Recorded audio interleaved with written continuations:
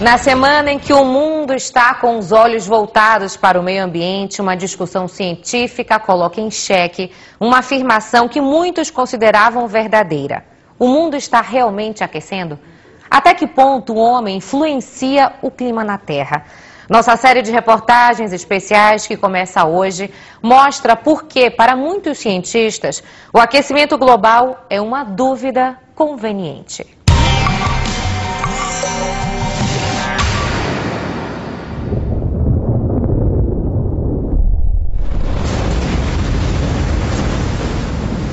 O fim do mundo pode estar bem próximo.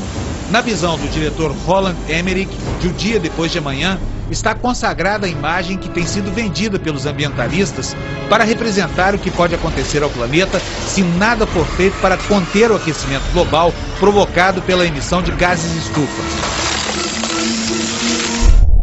O pior inimigo é o gás carbônico que exala dos escapamentos das chaminés das fábricas e de outros equipamentos criados pelo homem. As moléculas de CO2, segundo a vertente científica que embala os ambientalistas, funcionariam como uma espécie de cobertor. Dispersas na atmosfera em concentrações cada vez maiores, elas acumulariam a radiação de calor refletida pela superfície do planeta, fazendo a temperatura aumentar rapidamente. O aumento da concentração desses gases na atmosfera altera a capacidade do planeta de reter e perder calor.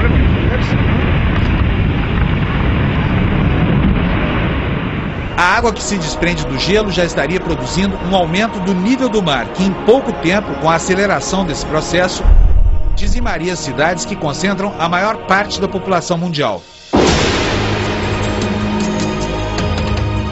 Isso vai ter impactos em área urbana, com elevação dos oceanos em toda a região litorânea, vai ter impactos sobre a vegetação natural, né, com perda de florestas naturalmente, pelo aumento da temperatura, você vai ter impactos na produção agrícola e pecuária, ou seja, conjunto de elementos que vão ser alterados.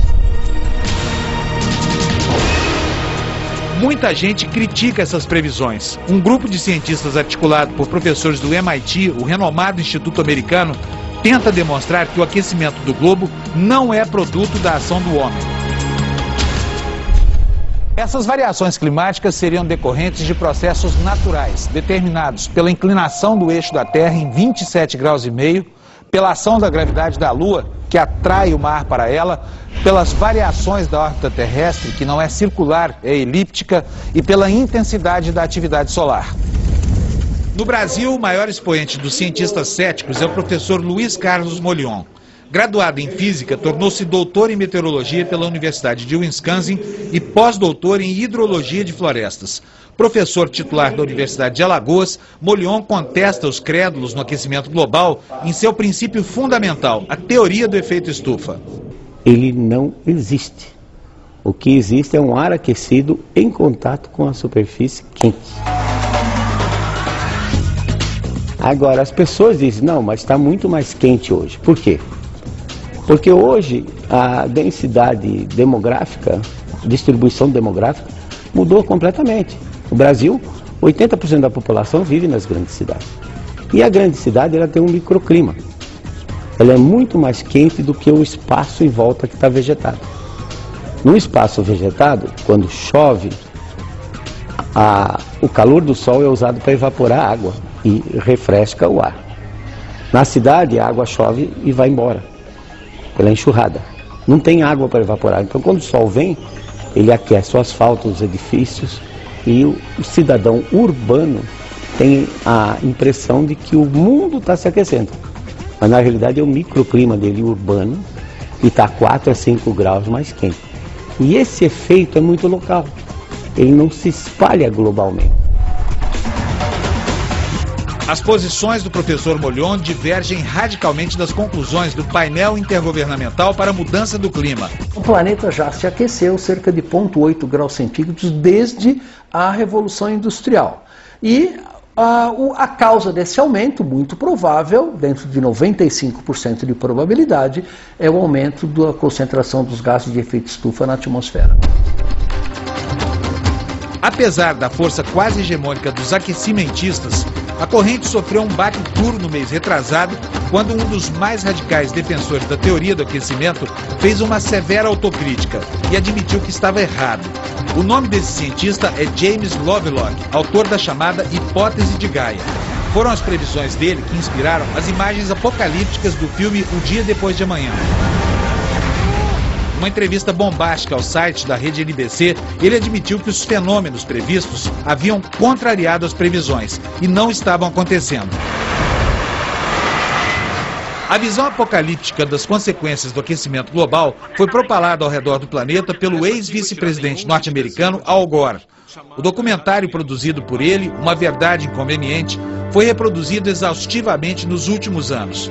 Mas a verdade expressa não é algo inquestionável. Para o filósofo Mário Sérgio Cortella, trata-se de um milenarismo, a perspectiva do fim do mundo que ocorre de tempos em tempos. Isso é recorrente na história dos povos na humanidade. Ao tornar muito densa uma problemática, um grupo decide caminhar na busca de uma racionalidade para a solução e uma parte das pessoas decide partir para a política desvairada, né, que é aquela que tudo é ameaça, tudo é perigoso, né, tudo é catastrófico, aquilo que os gregos chamavam de hecatombe. Na sociedade contemporânea, milenarismos têm acontecido com muito mais frequência do que no passado. Basta lembrar do bug do milênio, que iria derrubar aviões, paralisar semáforos, desconectar redes de computadores. Outro milenarismo, a previsão de que o mundo vai acabar no dia 21 de dezembro deste ano, atribuída ao calendário maia. Para Cortella, por trás de todo milenarismo, há um pouco de crueldade contra os grupos de crédulos. Todas as vezes que se anuncia algo que será de fato estrondoso em termos de desastre, e ele não advém, isso desacredita a causa. O grande filósofo alemão Hegel, né, no século XIX, ele dizia: quem exagera o argumento prejudica a causa. Não é para desconsiderar os alertas dos ecologistas, mas também não é para cair num braço que leva ao pânico.